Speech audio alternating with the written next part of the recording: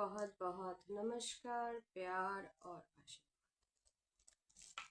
आज ये क्लास नहीं, आज आप लोगों के प्रश्नों का इतने ज्यादा ज्यादा ज्यादा ज्यादा जितने प्रश्न करते रहते हो आप लोग, उन सब का जवाब देने के लिए मैंने सोचा कि एक छोटा सा क्लास करती हूँ, जिसमें आज हाँ क्लास भी वो आप लोगों ने बोले तो मैंने कहा चलो लाइव नहीं करती हूँ, आपका क्लास कर। तो शुरू करते हैं शुरुआत से। आप लोगों के प्रश्न है कि साधना हम लोग कैसे करें, साधना शुरू कैसे करें। बहुत अच्छी प्रश्न है। उससे पहले आपको जानना पड़ेगा कि साधना है क्या। साधना सिर्फ कुछ मंत्र तंत्र है? क्या साधना सिर्फ किसी के आगे बैठ जाना है?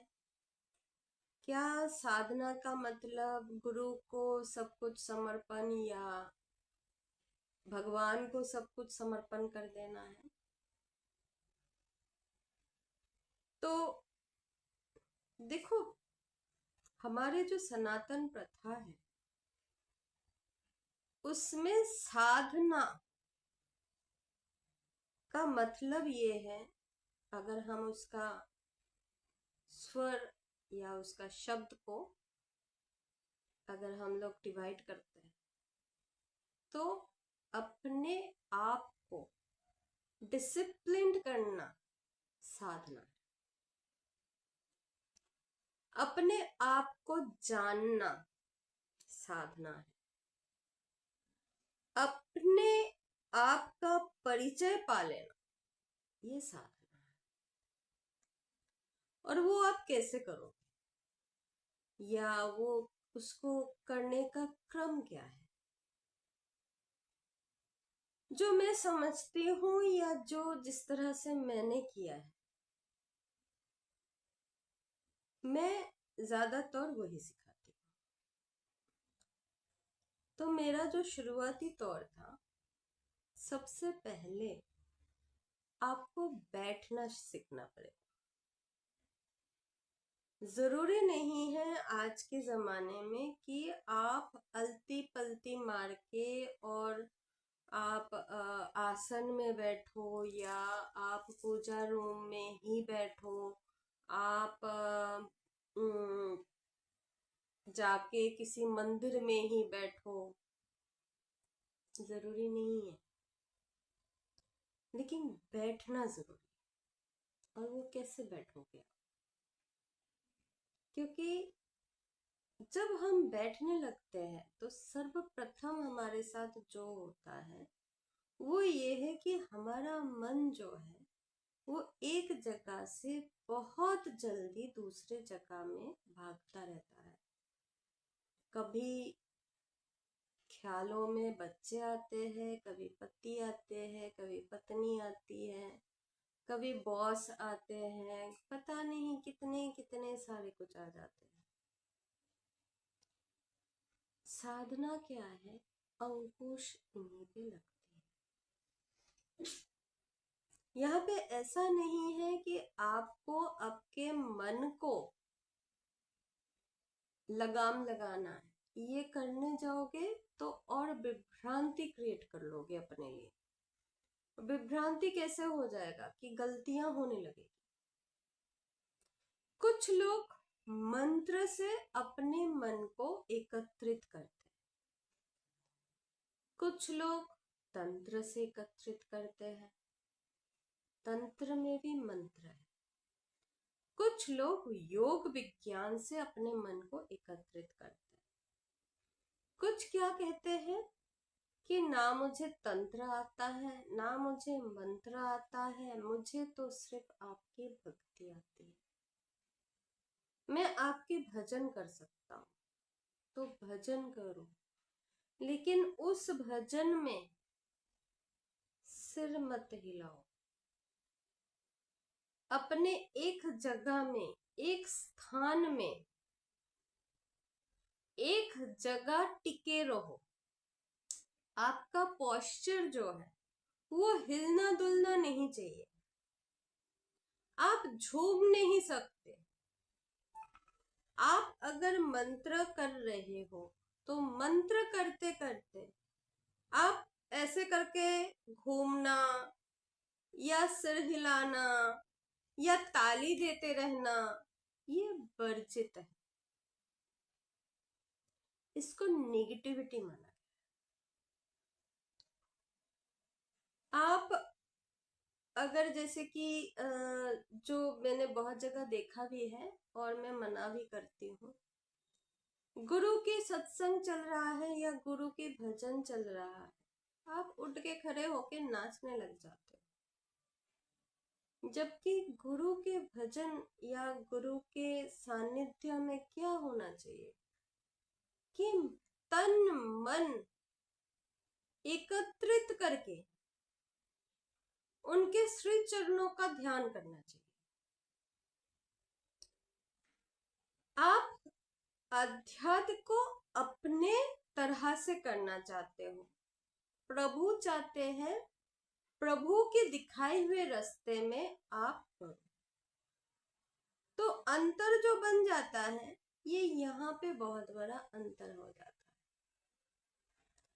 आप अपना मनमाना ढंग करते हो, वो आपको उनका ढंग से सिखाना चाहते हैं, तो हो जाता है डिफरेंसेस।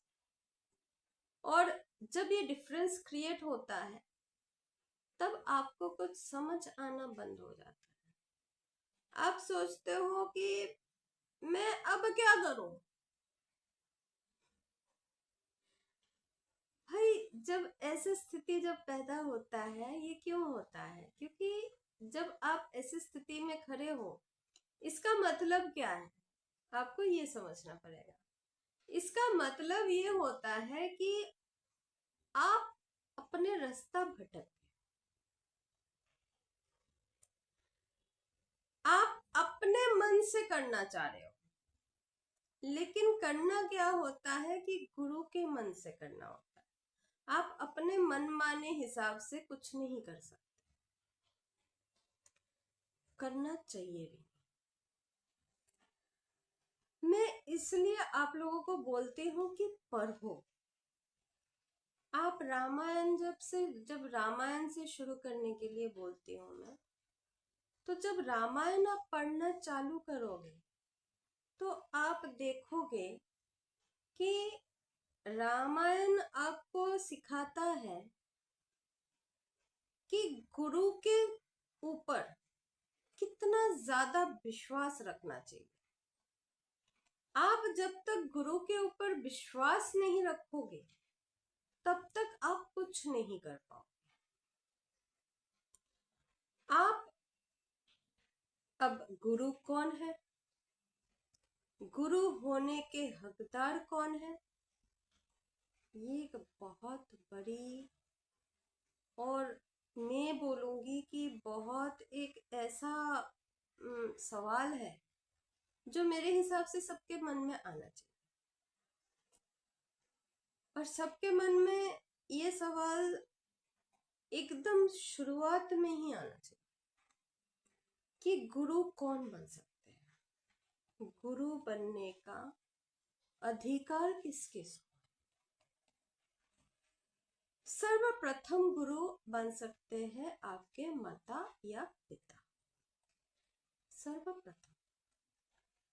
उनके बाद कौन गुरु बन सकते हैं? उनके बाद गुरु बन सकते हैं आपके परिवार में, आपका जो परिवार है उसमें जो कुल गुरु है वो। अब जब आप बोलोगे कि मेरे परिवार में तो कोई कुलगुरु है ही नहीं, अब मेरे परिवार में अगर कुलगुरु नहीं है तो मैं किसको जाके गुरु बनाऊं? ऐसा दशा जब आपका है तो आपके घर के अगल बगल में पहले ढूंढो कि मेरे घर के अगल बगल में प्रतिष्ठित सन्यासी कौन है? प्रतिष्ठित का मतलब मैं यहाँ पे ये नहीं बोल रही हूँ कि जिनका बहुत बड़ा आलीशान आश्रम है, बहुत भक्त है, वो बिल्कुल आपको वक्त नहीं दे पाएंगे। उनके पास उनकी एक झलक पाने के लिए आपको लाइन लगा के, नाम लिखवा के, हाथ जोड़ करके सबके पास ढूंढना पड़ेगा, कैसे जाऊं गुरु के पास, ये नहीं बोल रहे। प्रतिष्ठित संत ढूंढो, ऐसा संत जिनके ये जगह जो है, आप उनके चेहरा देख के उनके औज, उनके ऑरा को भाप पाओगे। उनके अंदर की जो खासियत है वो उनके शक्ल में आती है। जो साधु या जो साधक ऑलरेडी कुछ प्राप्त कर लेंगे तो उनके पीछे उनका झलक दिखती है, उनके अंदर उनके गुरु की झलक से शुरू करके उनके इष्ट देवता की झलक दिखती है। जब आपको ये दिख जाए किसी के अंदर, तो आप उनको शास्त्र ज्ञान पूछो। शास्त्र ज्ञान पहले तो खुद जान के जाना क्या पूछ रहे हो, उसका जवाब, सही जवाब का रिसर्च करके जाना। नहीं तो 2-4 संस्कृत के लफ्ज बोल के धोखा देने वाले हमारे हरिद्वार के गंगा किनारे बहुत लोग मिल जाएंगे।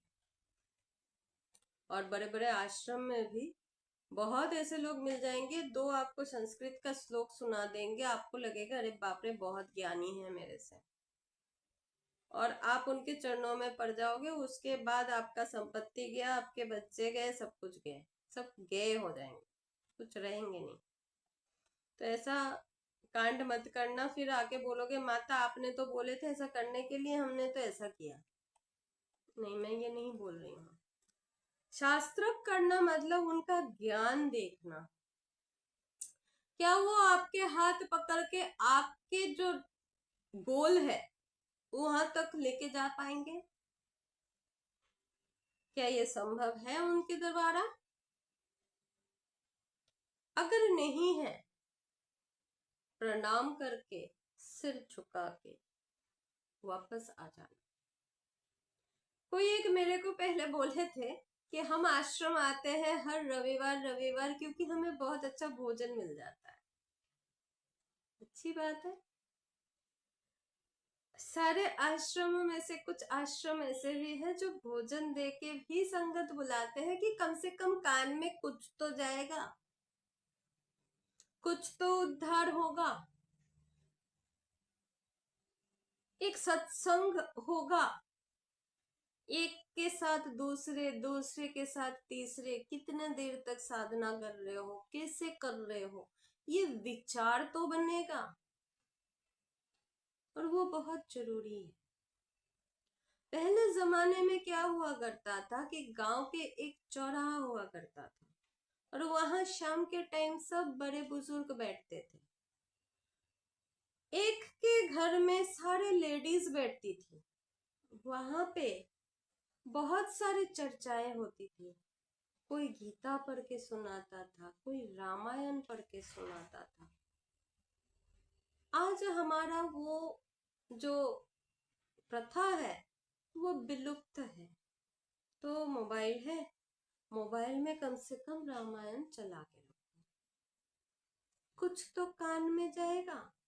कान में जाते जाते आपके अंतर आत्मा से वो तृष्णा जागृत होगा। जब तृष्णा जागृत होगा तो बाकी का काम आप खुद ही कर लोगे, किसी को बोलने की जरूरत नहीं पड़ेगी। गुरु ढूंढते वक्त सबसे पहले एक ही चीज देखना, क्या वो आपको परमात्मा का दर्शन करवाने में सक्षम है? क्या आपको साधना क्रम में, आप जब साधना रत रहोगे, क्या वो हर पल में आपके साथ रहेंगे? क्या आपके साथ ऐसा होगा कि आप मंत्र जप कर रहे हो और गलत जप कर रहे हो और आपके गुरु घर से फोन आएगा, भाई तू गलत कर रहा है? या तो गुरु या तो कोई गुरु भाई वहां पे जरूर होंगे। तू गलत कर रहा है, गुरुदेव ने बोला है इसको ऐसे करने के लिए। ये जरूर एक रिलेशन बिल्डअप होना जरूरी है गुरु के साथ, वो कैसे भी हो। दूसरा, हम लोग जब योग साधना में आते हैं तो हम योग साधना में क्या बोलते हैं कि आप कुछ चीजों को जानो। योग कैसे कैसे होता है, योग का कुछ प्रकरण है। योग क्या क्या है? बहुत सारे हैं। एक तो फर्स्ट है अष्टांग योग, 7 कुंडलिनी योगा है, तंत्र योग है, मंत्र योग है, ज्ञान योग है। ये एक ही योग का अलग अलग परिभाषाएं है। विहंगम योग है और लब्ध क्रिया योग भी है। अगर योग में आप जैसे अंदर आते हो, मान लो आपने योग करना शुरू कर दिया, तो योग में सबसे पहले क्या होता है कि आपको आपके मन को स्थिर करना पड़ता है, और वही होता है मॉरल रिस्ट्रेंट। मतलब हम लोग जिसको बोलते हैं कि मन को अपने एक काबू में लाना। तो मन को काबू में लाने के लिए ऐसा नहीं है कि मन के साथ युद्ध छेड़ दो, फिर तो कभी कुछ भी नहीं कर पाओगे। मन के साथ युद्ध मत करना, कभी मत करना। मन को सुनना, मन को सुनना बहुत जरूरी है। मन को जब तक नहीं सुनोगे तो मन क्या बोल रहा है आप नहीं जान पाओगे, और जब तक मन क्या बोल रहा है नहीं जान पाओगे तब तक आप साधना में भी आगे नहीं बढ़ पाओगे। साध रहे हो, खुद को साध रहे हो। हम लोग सारेगामापा जब बोलते हैं तो क्या करते हैं, गले को साधते हैं। जब पढ़ाई लिखाई करते हैं तो पढ़ने के दौरान हम अपने आप को साधते हैं, तो वो साध। फिर आता है पंच नियम। नियम जो होता है, जो आप ऑब्जर्व कर रहे हैं, वो आपका नियम होता है। उसके बाद आपका आसन आता है। मतलब आसन कितने देर में आता है। आसन करने के लिए पहले नहीं बोला जाता है, सबसे पहले बैठना चालू करो। जब तक बैठना नहीं सीखोगे तब तक बाकी कुछ नहीं कर पाओगे। जब आप आसन सीख गए उसके बाद आएगा प्राणायाम। प्राणायाम भी पहले नहीं करते हैं। मैंने कुछ बच्चों को ऐसा भी देखा है कि पहले प्राणायाम करना शुरू किया तो सारा पूरा दिमाग ही खराब हो गया। तो दिमाग खराब मत करना, मन भी खराब मत करना, लेकिन अपने कंसंट्रेशन पे ध्यान दो, माइंडफुलनेस पे ध्यान दो। तब अपने श्वास लेना और श्वास को छोड़ने में ध्यान दो। इस टाइम आपके ऑलरेडी गुरु बन गए हैं और वो गुरु आपको शिक्षा देने भी लग गए हैं कि किस तरह से क्या करना होता है। ये जब सब कुछ हो जाता है तब आता है प्रत्याहार।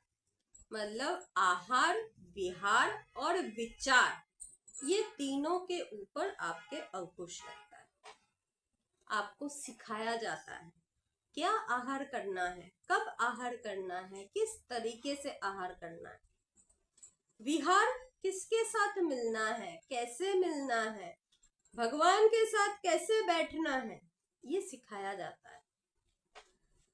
आप बाहर नहीं जा रहे हो, आप अंतर्मुखी हो रहे हो, आप अंतर्मुखी हो रहे हो। बाहर कुछ भी नहीं है, सिर्फ मूर्तियां ही मूर्तियां हैं, बाकी कुछ नहीं है। प्राण प्रतिष्ठित मूर्तियां हैं लेकिन मूर्तियां हैं।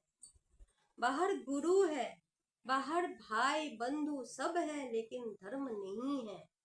धर्म आपके अंदर है, आपके अंतर मन में बैठे हुए हैं।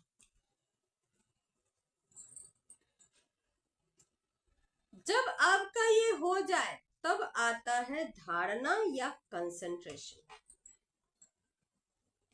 जब अब क्रिया योगा की क्लास में वापस जाओ, जब धारणा प्रगाढ़ होगा तब ध्यान होगा।